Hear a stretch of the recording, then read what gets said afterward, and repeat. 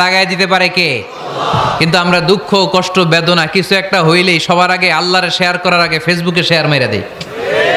আছে না নাই? আপনাদের ফেসবুক অ্যাকাউন্ট আছে নাকি? কার কার আছে দেখি?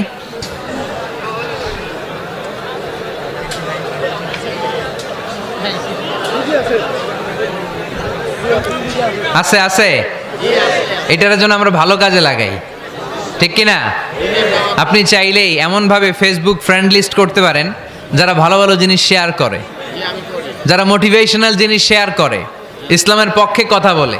আপনার এক একটা শেয়ারে অনেকের জীবন বেঁচে যেতে পারে, ঠিক কিনা? একজন মুমূর্ষ রোগীকে বাঁচাতে রক্তের প্রয়োজন, রক্তের গ্রুপ এ পজিটিভ।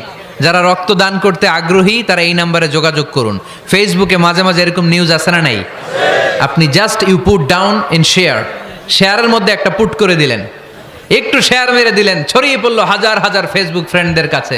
তাদের অনেকে ব্লাড দিতে আগ্রহী, সে তাড়াতাড়ি যেয়ে সেখানে ব্লাড ডোনেট করে আসলো। আপনার একটা শেয়ারের কারণে বেঁচে গেল অনেকগুলো প্রাণ। চিল্লা এখন ঠিক কিনা? রক্তদানের মতো শ্রেষ্ঠ ইবাদত হতে পারে? আমরা মনে করি শুধু জিকিরি ইবাদত, আমরা মনে করি শুধু নামাজি ইবাদত। রক্তদান, এক ব্যাগ রক্ত থেকে অনেক মানুষকে বাঁচানো যায়। এর মধ্যে আছে হিমোগ্লোবিন, এর মধ্যে আছে প্লাটিলেট, আছে প্লাজমা। রক্তে একটা উপাদান আছে প্লাজমা, নাম শুনছেন? আগুনে পোড়া রোগীকে বাঁচাতে এই প্লাজমা লাগে। হসপিটালের বার্ন ইউনিটে যেয়ে দেখবেন মানুষ কিভাবে চিল্লায়। নুসরাত নামে একটা মেয়ে মারা গেল না?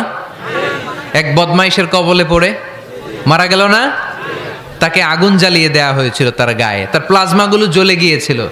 আগুনে পোড়া রোগীর যে কি কষ্ট, একটু দেখার জন্য হসপিটালের বার্ন ইউনিটে যাবেন, দেখবেন যে কি কষ্টে আছে তারা।